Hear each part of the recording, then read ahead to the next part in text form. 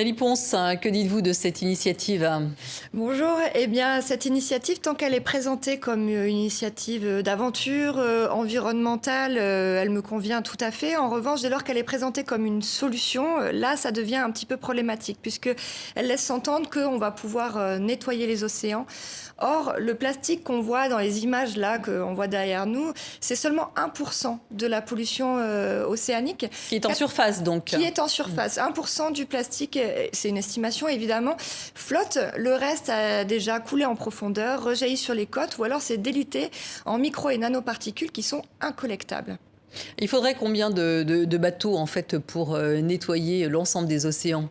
Eh bien, en fait, si on s'attaque réellement à la pollution microplastique, qui est, je répète, en nombre majoritaire, on ne peut pas nettoyer sans nettoyer toute la vie qui va avec. Donc, c'est mission impossible.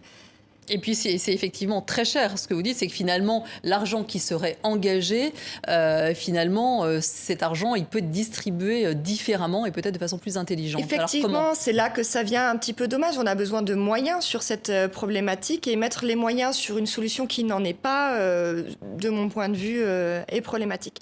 Alors, comment? Tout simplement, il faut éviter que le plastique arrive dans les océans. Hein. C'est comme si on essayait de travailler sur la technologie d'une serpillière alors qu'on n'a pas fermé le robinet dans le cadre de l'inondation de notre cuisine. Aussi belle et technologique soit-elle, tant que le robinet coule à flot, on n'arrivera à rien. Alors, prendre le problème en amont, ça veut dire quoi? La première des choses, c'est déjà comprendre d'où viennent ces plastiques. Et on voit souvent les emballages, les bouteilles. Effectivement, 50% de la production mondiale de plastique est liée à l'emballage et l'usage unique. Donc déjà, on voit que sur la moitié de la production, on peut agir de manière très simple en supprimant et en allant vers des choses qui sont réutilisables. Oui, mais là, il y a une nouvelle loi qui vient de passer au niveau de l'Union européenne, puisque les objets à usage unique en plastique sont prohibés à partir du 1er janvier. Tout à fait. Certains objets à usage unique sont prohibés. C'est une loi qui ne s'attaque pas suffisamment à la question des emballages. Donc effectivement, on va aller sur les cotons-tiges, les pailles, et c'est vraiment important de le faire, et c'est un premier pas. Mais il faut aller beaucoup plus loin aujourd'hui. Alors, beaucoup plus loin, ça veut dire s'attaquer au ruisseau avant de s'attaquer à la mer. Enfin, là, je parle de façon littérale. Alors, pas uniquement, puisqu'en fait, plus les scientifiques avancent dans la compréhension du problème, plus on se rend compte de sa complexité. C'est-à-dire que, comme je le disais, les bouteilles ne sont pas, ou les sacs, les macro-déchets ne sont pas l'unique source de pollution. On se rend compte, par exemple, qu'un tiers des plastiques qui se retrouvent dans l'océan, en nombre, pas en masse, pourraient être issus de l'abrasion des pneumatiques et du lavage des textiles synthétiques. Donc là, on voit bien qu'on n'est pas uniquement dans un problème de déchets mal gérés, même si évidemment qu'il y a un travail à faire là-dessus. On est dans quelque chose qui est complexe, la recherche avance et il faut vraiment comprendre l'origine pour aller vers des solutions qui en sont réellement.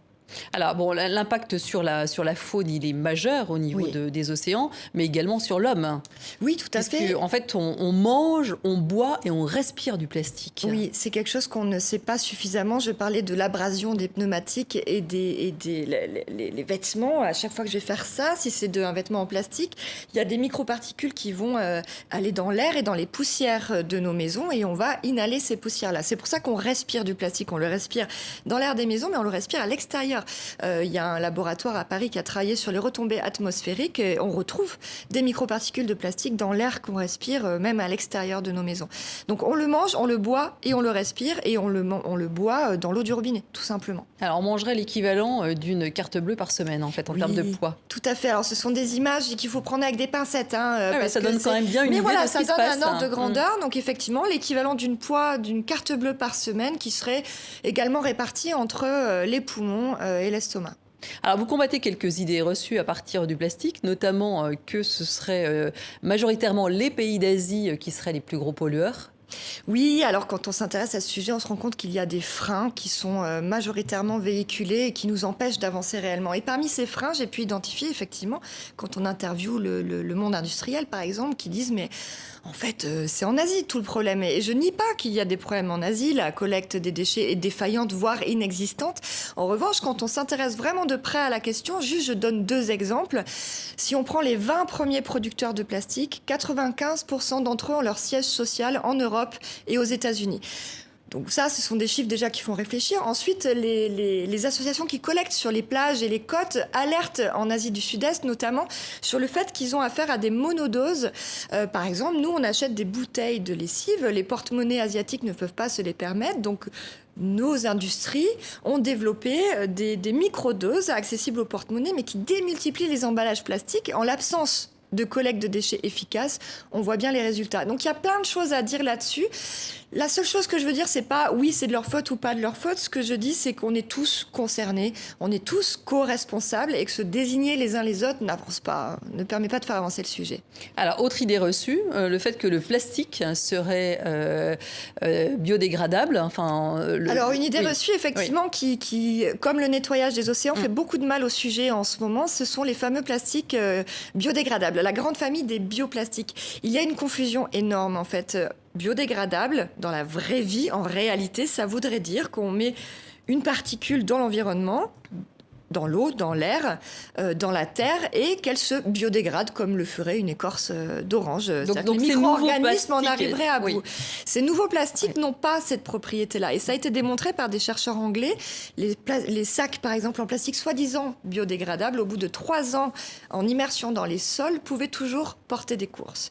Donc on a un souci de vocabulaire, on a un souci de normes, on a une confusion sur laquelle surfent volontiers politiques et industriels qui n'ont pas vraiment envie d'aller vers des solutions qui n'arrangent pas les intérêts dominants. Entre le biosourcé, le biodégradable et le compostable, il faut vraiment faire le distinguo. Exactement. Biosourcé, ça veut dire qu'on va chercher une matière dans la nature, que ce soit une algue, de l'amidon de maïs, etc., et qu'on va en faire du plastique. En revanche, une fois qu'on est passé par tous les processus de transformation chimique qui permettent de faire du plastique, le résultat final, qu'il soit biosourcé ou non, ou qu'il soit issu du pétrole, comme 99% de nos plastiques, va pas se biodégrader. Le résultat va être le même. Donc là, déjà, il y a une confusion énorme. Il faut vraiment arriver à comprendre que biosourcé n'est pas égal à biodégradable. Donc les plastiques soi-disant écologiques, juste parce qu'ils sont faits avec de l'amidon de maïs, ne le sont pas. D'autant plus qu'ils peuvent concourir à des déplacements de pollution.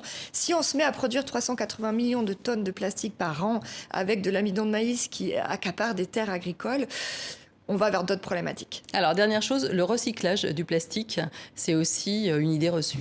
Alors, ça l'est à l'heure actuelle, c'est-à-dire que je ne dis pas que le recyclage ne peut pas être une solution d'avenir. En revanche, aujourd'hui, en l'état actuel de nos connaissances techniques et de l'existence de nos filières de collecte de déchets et de nos filières économiques, c'est une illusion.